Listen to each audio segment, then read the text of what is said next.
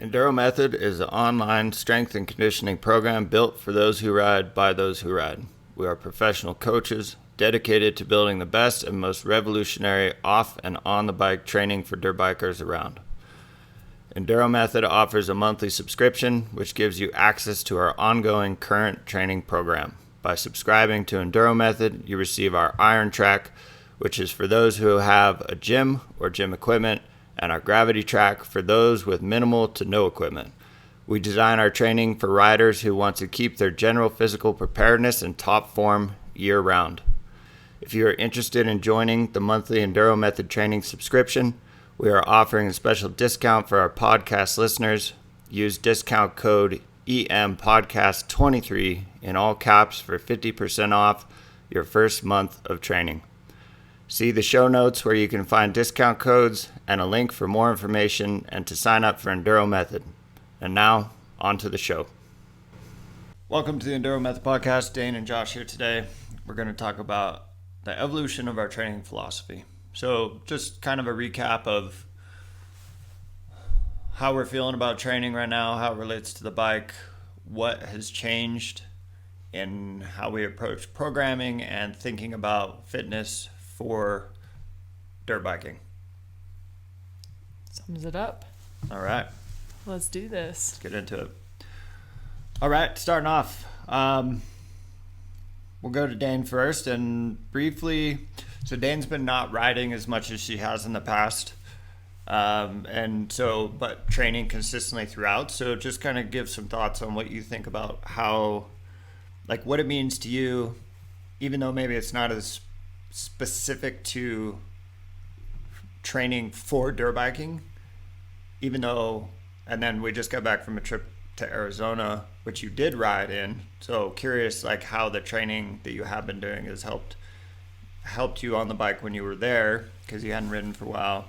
But just general thoughts on training and where you're at with it. Yeah, not riding as much this year for personal reasons. I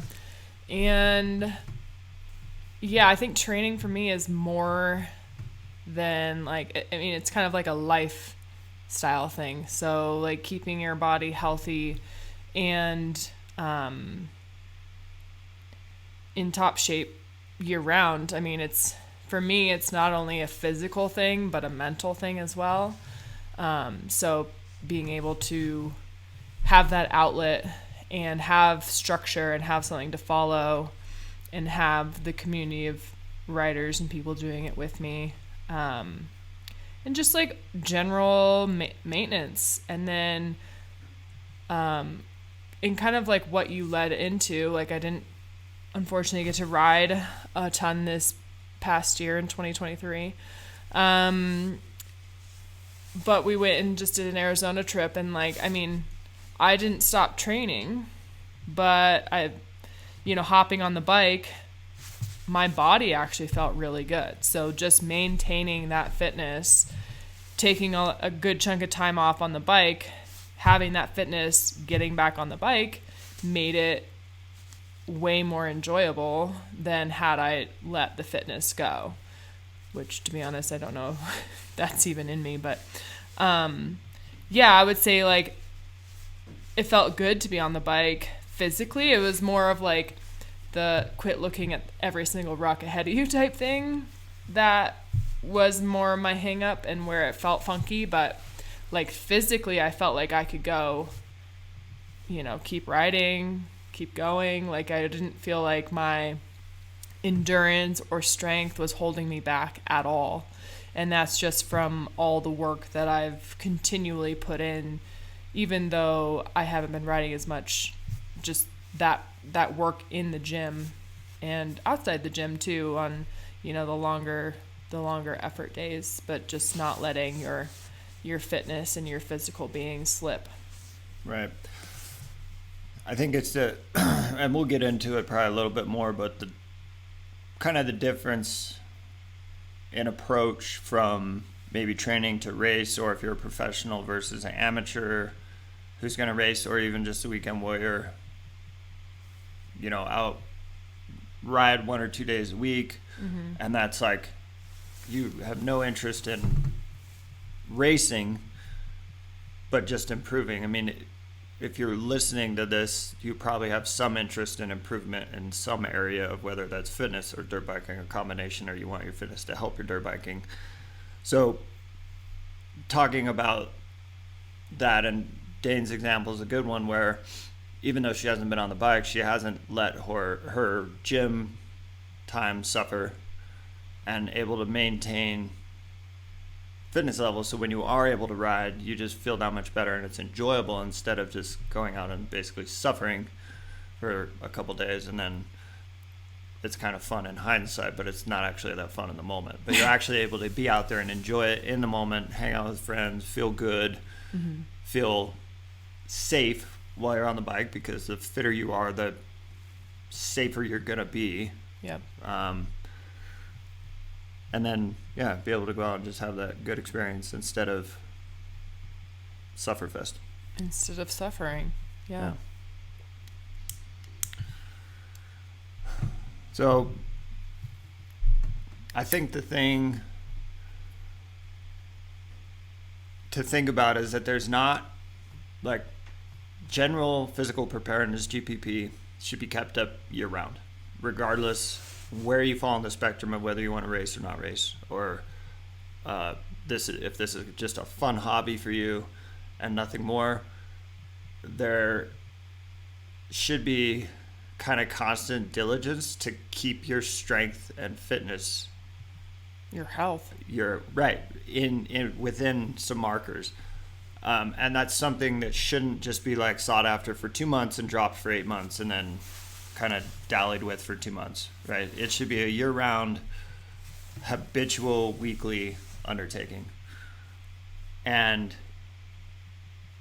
more or less, the only thing that changes on where you fall on that spectrum is the volume and intensity with which you do it every week. Because if you're trying to be a professional, that is your job. And if you're out fun hobbyist, like, it's what you love to go do. So the level with which you pursue the fitness aspect is going to be just more or less, from a volume perspective, is going to be less demanding. But the more or less the basic concepts need to stay the same. You need to get relatively strong, total body. You need to have a decent aerobic base, and then, mix in some anaerobic work just to help with the really hard pushes, so you can recover for those and have a couple before you fall on your face. Yep. And something that, starting on more, I think the lower let's just say amateur side, you don't need to be spending 6 days a week in the gym. There's caveats to everything.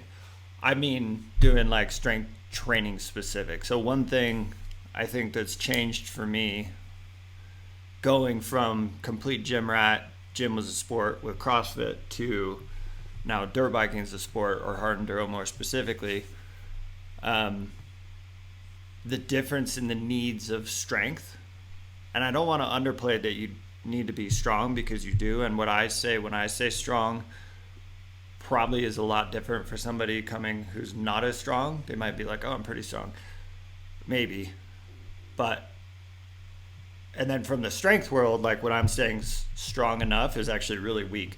So it's hard to like put it in parameters, because what's strong enough for dirt biking in the strength world barely registers.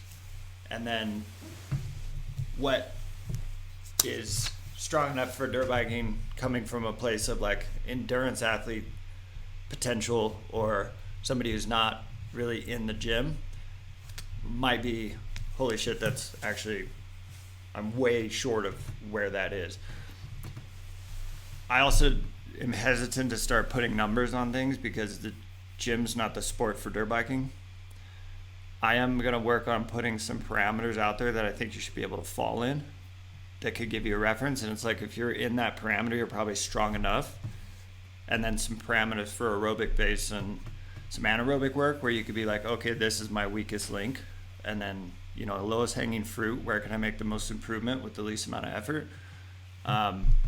But it's going to take some time and just more communication with people and see where they're at, because it's definitely not as cut and dry as being able to say you need to be able to squat 2 times your body weight in a back squat, because I highly doubt many of the best in the sport can do that, and it's not necessary for dirt biking. Yeah.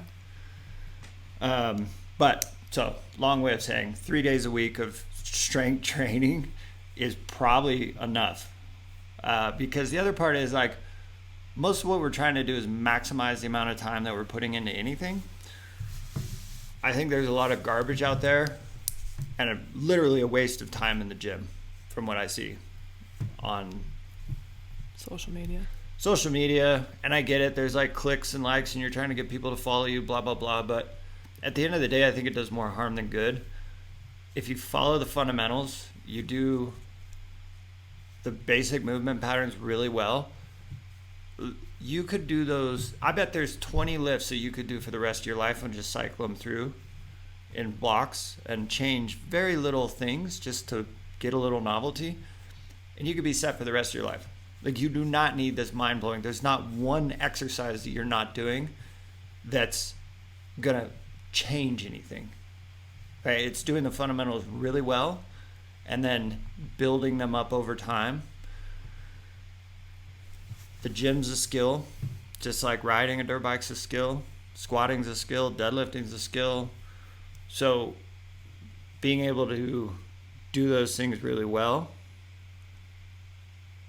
you're probably, if you haven't been in a gym for a long time or relatively new to it, you're not even going to know a lot of things about that movement yet. But you just got to start. And watching videos, looking it up on YouTube, all those things can help. Filming yourself. So then over time, as you start to figure these things out with breath control, how to brace correctly, what your knees should do, where your feet go, where should you feel the weight distributed through your body when you squat, or if you pull something off the floor. And it's just like any other skill, you're going to slowly build some competence. And as long as you stay intentional and introspective in your practice, sound like a yogi, you're going to be able to make adjustments and feel new things over time and just get better and better at it. Yeah, I agree. I have nothing to add. All right. So strength training, you need to be strong, but most likely at some point you're going to get strong enough, and then it's kind of maintenance is how I kind of think of it and where I'm at personally. Like, I sure would still like to, I'm probably honestly past the stage of setting PRs in the gym. Like, you're never going to be able to? Yeah.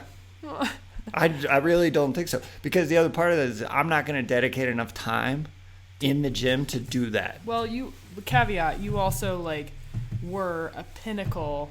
You had, like, really impressive numbers when you were training. So, like, your PRs are not going to be like somebody's who's just coming off the streets PRs. Totally. But that, you know, it's like also, your training age is 20 how many years? Yeah. It's also 10. a little bit sad. Like, I gotta let go of that. I'm competitive. Like, I don't like the fact that I can't lift what I could 6 years ago. But on the flip side, I'm not going to put the time in to try and get back to that. Yeah. I'm not going to accept that I couldn't if I tried. But that's not where my focus is. So at some point, you will reach a point where you're strong enough, and maintenance is kind of the goal. And that's also, I want to make clear, that's not to say that I'm not lifting heavy like I'm trying to necessarily get a PR. It's just the volume is way less. So I'm still going heavy for a couple sets, but I'm not doing, 4 or 5 really heavy sets of like 3 different exercises per muscle group or something, like it was back in the day when, the gym was the sport. So you say maintenance is the goal. So obviously some people, like, if you're new to training, you're going to be more building. It's not necessarily maintaining, you're trying to build. So if you're new, if your training age, however how long you've been training in the gym is new or less time, then maintenance may not be your goal yet. Right. Or, that's not necessarily your goal. Your goal would be to build. But for those that are in quote unquote maintenance phase, like you and I would say myself, what is that? Why is that the goal?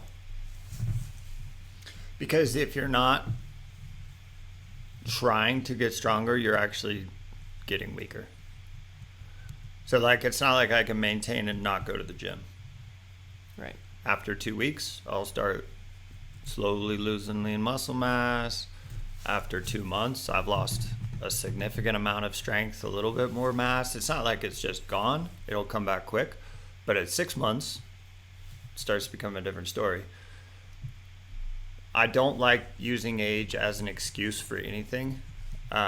It's kind of the hand you're dealt, and you can either play the victim and just say, oh, I'm getting old and I'm going to throw the towel in on multiple levels of multiple different things, or you can just accept that it's part of life and strive to be the best version of yourself with where you are. But having said that, there is something to say about recovering from training, the volume needed, right? I can't handle the volume I could in my 20s. I don't recover as fast. So all that means is I need to adjust what I do. It's not to say that I can't make improvements. I can't maintain my lean muscle mass. And with the maintaining part, for me, that's the biggest point, because you need to keep as much lean muscle mass as you age as possible. Yeah.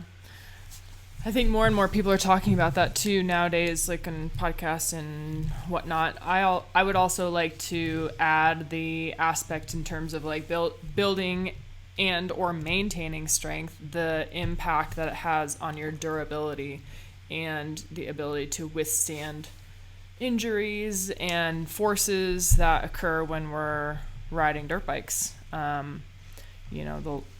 Whether you do happen to get injured, being able to recover faster with a stronger joint, or being able to, withstand injury. A stronger joint is harder to rip.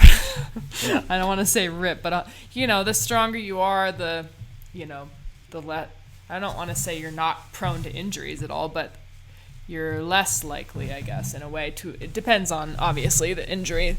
No matter how strong I was still going to fillet the crap out of my side when I had my injury. Yeah.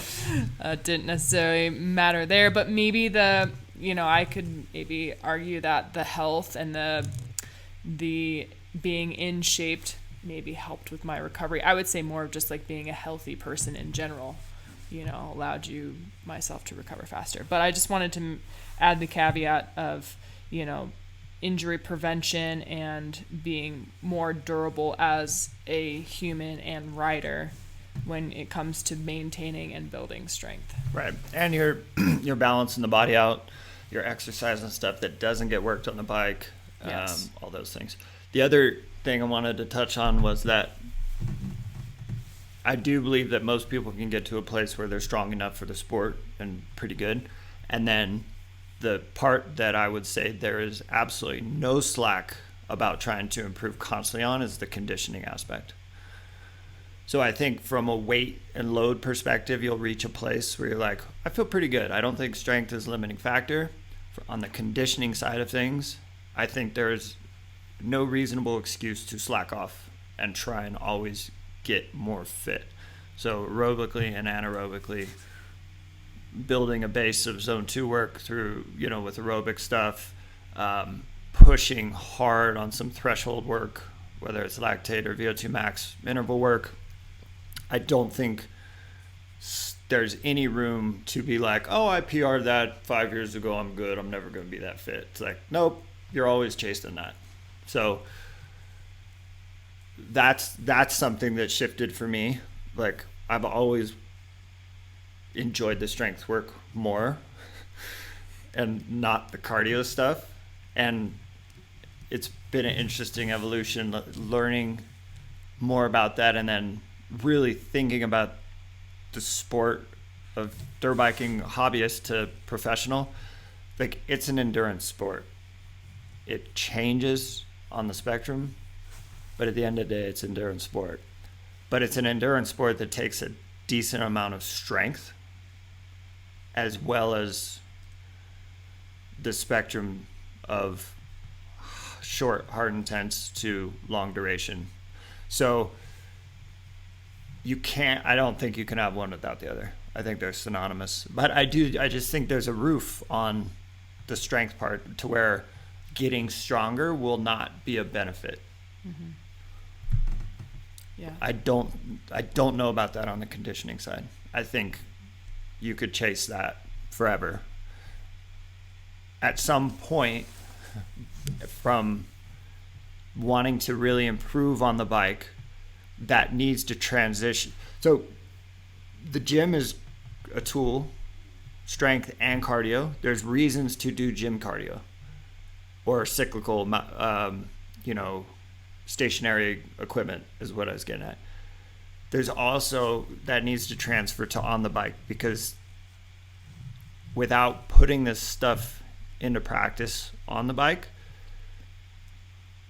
you're not going to make that transition from the efficiency to where that really starts to play off.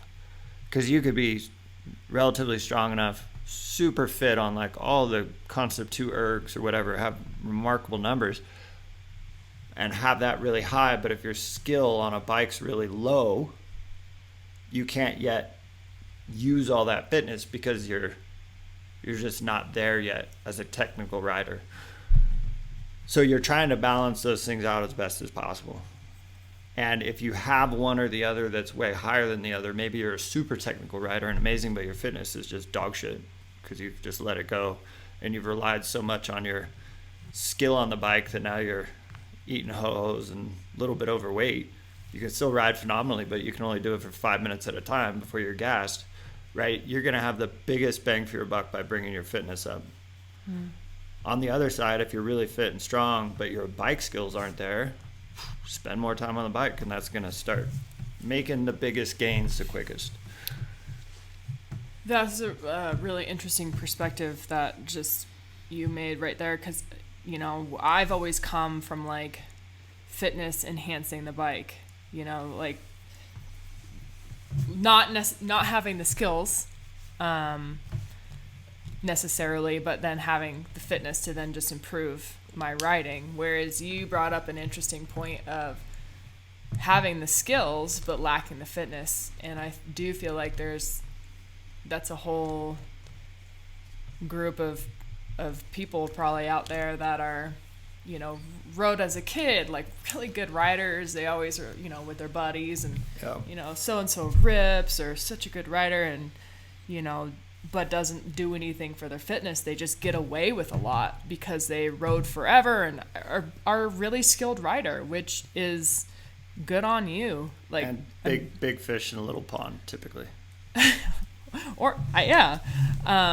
Totally. And then, but just the impact that fitness could be for that rider, like, get away with everything, but, maybe even enjoy it more, or, recover faster, like not feel like crap, maybe, aches and pains and those little things where, oh, my shoulder's bugging me, or, you deal with lower back stuff or whatever it may be, knees achy, that's where like the fitness can, where you need to level that up.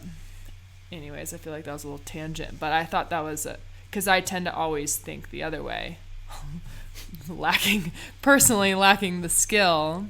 But that was a cool point that you made. So with the cardio piece, the benefit to doing stationary equipment or running, what I mean is just like a cyclical thing. So running is one, bike pedaling, mountain bike's a little bit different, but like on a stationary bike in the gym, treadmill, whatever, you get immediate feedback on pacing and effort, because You can set the damper on the erg, you can set the incline on a treadmill. It's very consistent for the duration that you're doing the thing. You can watch your pace. Okay, I'm going to use a rower as an example. Your damper set it where you like it, 6 to 7 if you're a dude, 5 to 6 maybe if you're a girl. Somewhere in there's a way to check that through drag factor, but look it up on YouTube. Anyways, you got that set. If you want to do zone 2 work, you can go in, flip that thing on calories, watts, or meters, and maintain a very uniform, very steady pace for the duration you're on the machine. If you're doing intervals, you can do one interval really hard and then have your rest, and you can match that very easily. Running, as long as you got a smartwatch, is typically fairly easy to do that as well. It becomes much harder to mimic specific, consistent outputs when you're doing this on a dirt bike. There is so much variance in terrain. If you are fortunate enough to have like a closed loop with multiple different kind of splits where you can make it a little shorter, make it a little bit longer, that's fantastic. But even within that loop, if you were to track, let's say you had a 10-minute loop, if you tracked your heart rate throughout that, you'd have areas where your heart rate drops quite a bit, and then areas where it spikes, and maybe you get an average of where you would like to be. But what I'm getting at is it's just much more complicated to try and maintain that specific zone. Now, on the flip side of that, because I gotta quit saying flip side of them. Anyways, because the sport is dirt biking and that's part of dirt biking, the closer you get, if you were, let's say, doing a race, the more you would want to be on the bike doing that very thing, because that's what you're going to be doing in the event or whatever. The further away you are from that, or supplementing throughout the week, would be doing this in the gym. I don't think this will go. I think you got to do both. I think even when you're training on the bike, doing motos throughout the week, the days that you're not on the bike, you're hitting some type of cardio. I love the assault bike. I think any of them are great, but assault bike I think is one of the better ones for moto. So again, I don't think it's one without the other. I think if you're only doing motos on the bike, you're going to be missing some aspects that could make your fitness more robust. And if you're only doing them in the gym and not doing them on the bike, obviously you're missing a huge factor, because you're not able to tie all of these things together in the thing that you're trying to improve the most.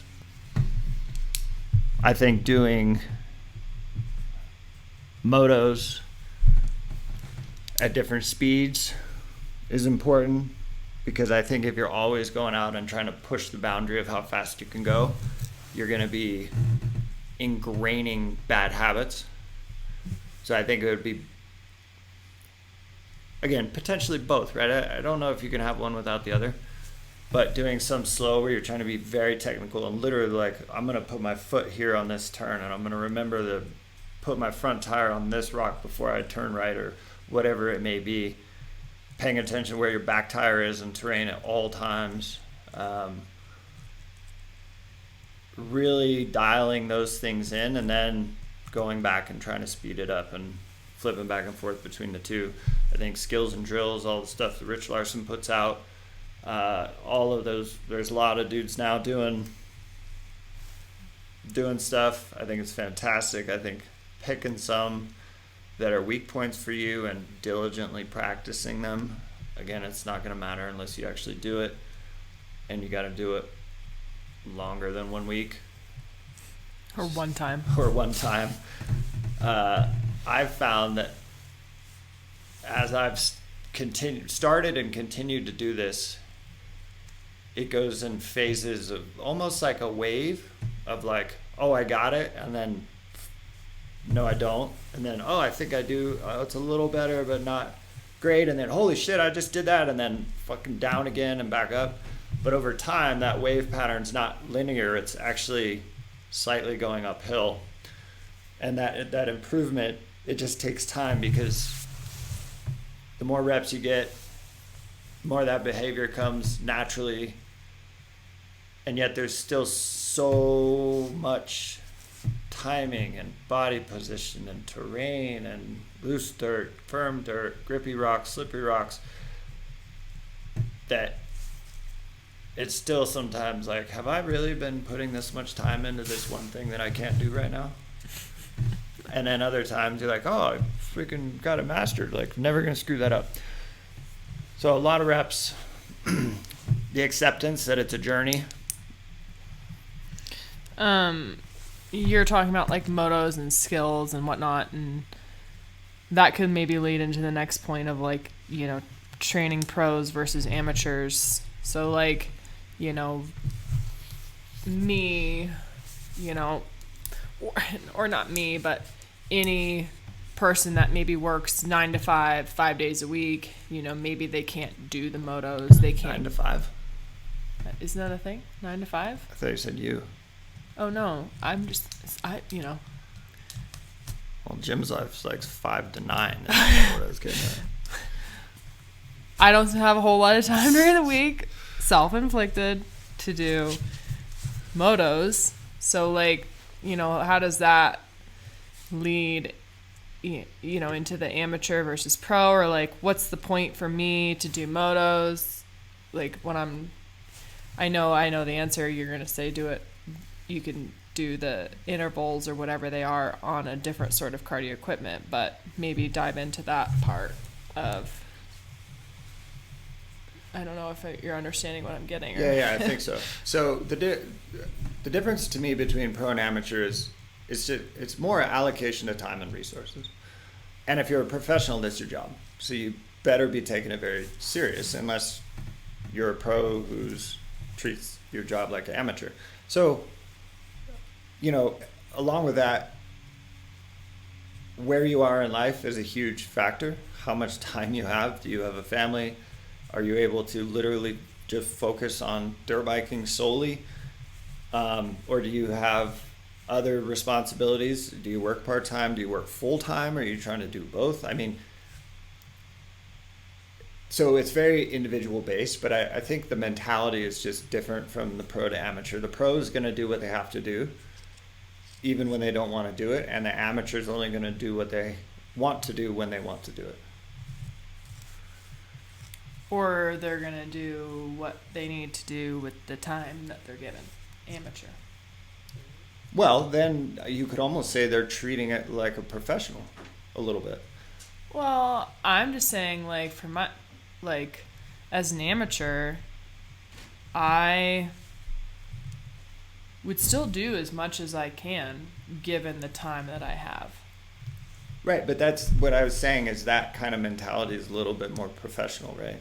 The only difference I would say is that you're instead of just riding with that time, you're actively working on weak points. That's more the professional thing. So you're working on double blip if you don't have one, getting unstuck with your feet on the pegs. That's going to separate a pro versus amateur? Well, that's going to be the beginnings of just being a better rider. I don't want to say that's necessarily, you know, if you can do a double blip, that doesn't. I guess I'm maybe more thinking of like a racer versus weekend warrior. Well, it's just the spectrum, I think, right? You have your pros, or your, let's just say, most elite, highest level, and then your weekend hobbyists, or your, it's not lowest level, it's just they're not interested in maybe racing. Different goals. Yeah. So within that spectrum, you're just moving from one end to the other, right? But what I was saying is, if you're a professional, you're doing the things you have to do when you don't want to do them. Mm-hmm. And then maybe even doing more and more on top of that, right? So your gym's there, nutrition's there, training's there off the bike, training's there on the bike. There's no excuses. That's it. On the hobbyist side, there's a lot less, right? Maybe nutrition's so, maybe it's terrible. Maybe you're not interested in improving, so it's just go out and have fun on the weekends. But then maybe you do get a little bit of itch to get better and have more fun, because it's literally more fun to be less tired and shitty on a bike. This is true. So now you're like, hey, what what things can I improve, right? Can I get better clutch control? Can I get better braking so I can go faster? Because you're only going to go as fast as you know you can stop from. So if you're not confident braking, then don't go fast. Like, your body's not going to let you because you don't think you can slow down. So you're starting to like figure out these things and put the puzzle pieces together in a way that builds these improvements over time. Mm-hmm.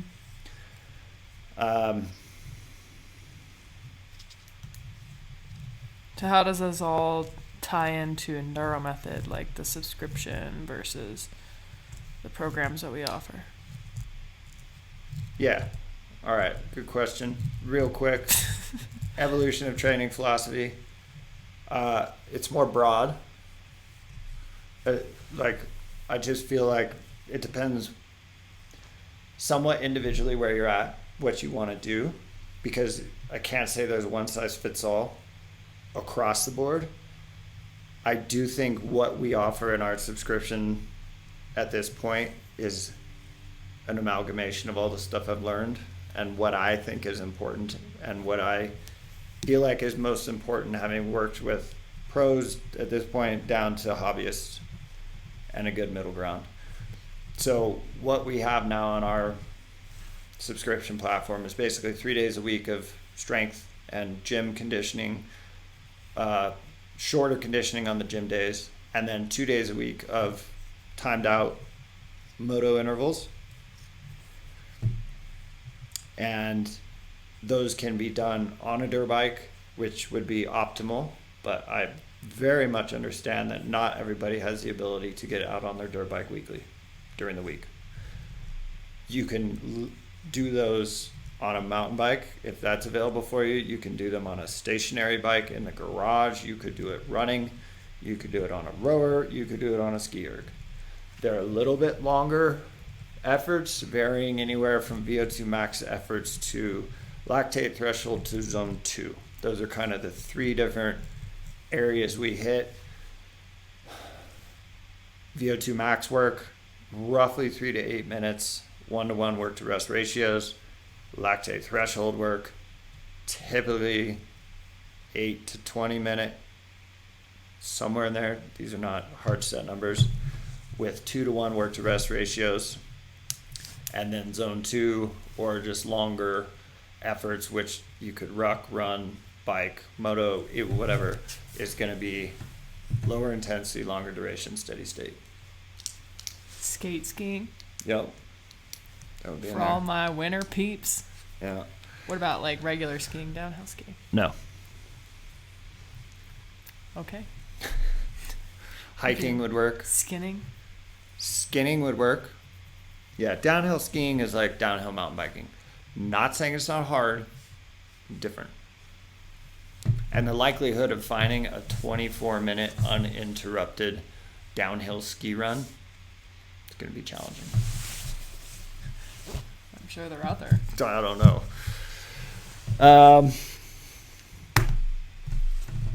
Yeah, I think the other part that's important to hit on is stuff needs to be repeatable for you over time. It's got to become a habit, something that's a non-negotiable. In the overall picture, not saying you have an off week, you miss the gym, blah, blah, blah. Yeah, life happens, stuff happens. But if you were to look at this in, maybe not even week, but zoom out to months, there would be a consistent pattern of showing up more often than not showing up.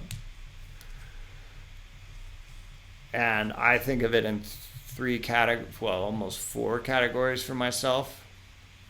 I can't ride the big bike right now because of stupid winter, but I can ride the trials bike because we have a place set up that's it's indoor, but it's cold as hell, so it's outside.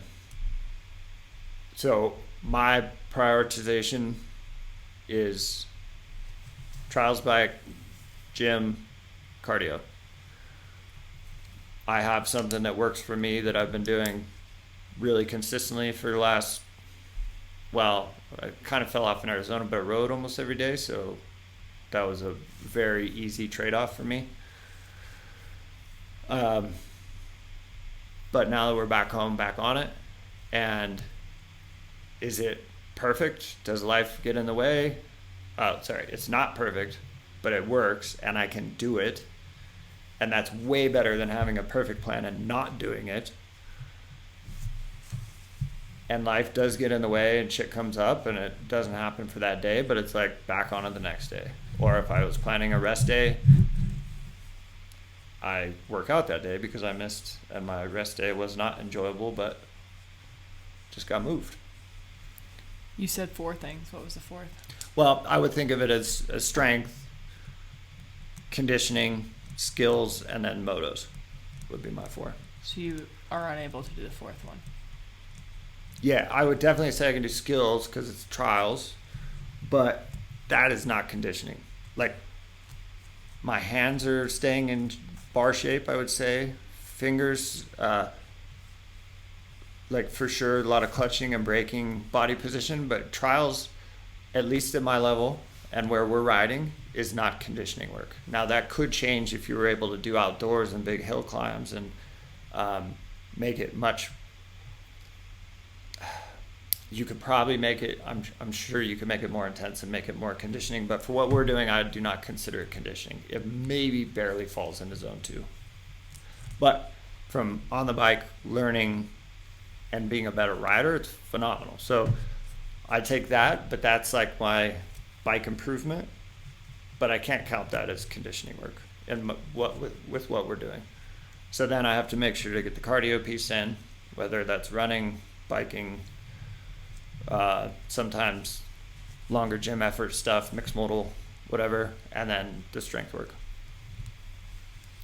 I just wanted to touch on something that you mentioned, that I feel like I can find myself in this trap of finding the perfect program.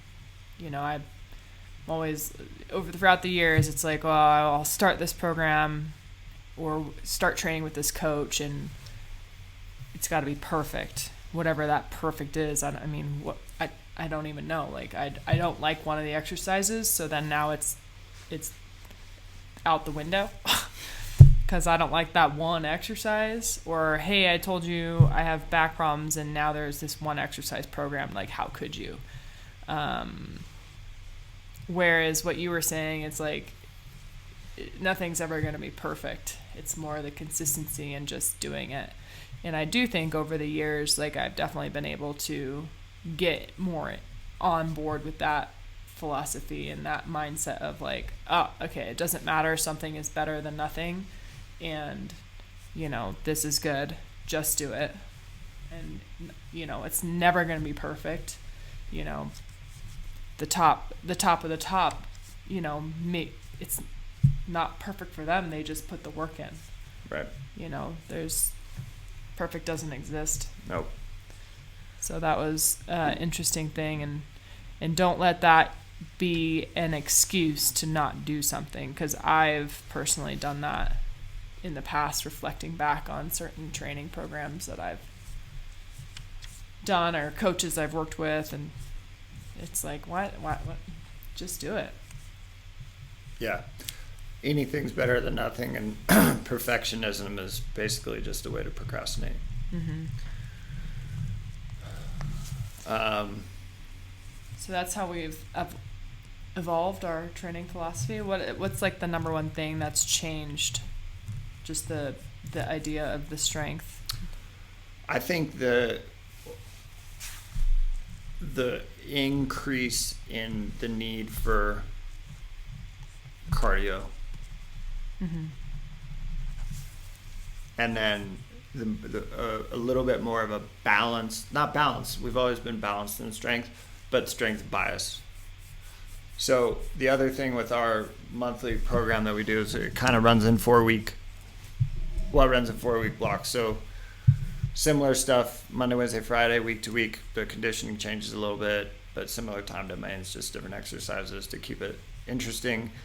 But we need to spend enough time doing the thing to be better at it. And literally, when you look at that, even at 4 weeks where you're like, oh, Monday, Wednesday, Friday is very similar. It's like, well, you're only getting 4 times if you do all the workouts of each one. It's only 4 freaking workouts. It's not that many. You could do the same. And I think a lot of people would argue that it needs to be longer than 4. You just have somebody over here pointing fingers ADD. at me who can't do anything for more than 4 weeks. And I get it. I enjoy the novelty, but I've also been doing this a long time. The newer you are, the more you should probably, or the more you could stay on one thing. 4 weeks is a good time frame. It's enough to adapt or figure the movement out, get better at it, add load week to week, and then change it up, and then we'll repeat it at some point, just in a different set, different rep range, whatever. So it'll come back around. But yeah, increasing cardio, and when I say cardio, aerobic through anaerobic work, I think the long, slow distance stuff had got a bad rap, or it was super popular, got a bad rap. Now it's like coming back around because zone 2's freaking everywhere. But you can't understate the importance of building that in volume over time, because it's kind of like strength in that it takes a long time to build. The anaerobic, the short, fast interval, like HIIT style stuff comes actually relatively quickly, not like a day, but 8 weeks. Following a systematic approach, you can build that up. It takes a lot longer than 8 weeks to build a good aerobic base. It takes a lot longer than 8 weeks to build up a good strength base. So there's no shortcuts. And if it's important to you, the best time to start is now, because time flies by and you're going to be looking back in a week and not much further ahead. I should have started last week. It's like, who cares? You're literally where you're at now. Make a change. Make it happen. I do believe that following a plan that aligns with your goals is important. So if being a better rider is maybe not necessarily a goal, but like getting super jacked is your goal, follow a bodybuilding program. If running a marathon is on your list before necessarily getting stronger and being a better dirt biker, get a marathon program. If getting better at dirt biking, so getting stronger, getting more fit, increasing your cardio, doing some moto intervals, having a framework and a plan, do Enduro Method. Look at you, marketing. And I would say too, because our plans Monday through Friday, there's nothing wrong with skipping the moto day during the week and doing that on your weekend ride if you're able. If you got some friends who are into it, or you go out by yourself, whatever it is, obviously be safe.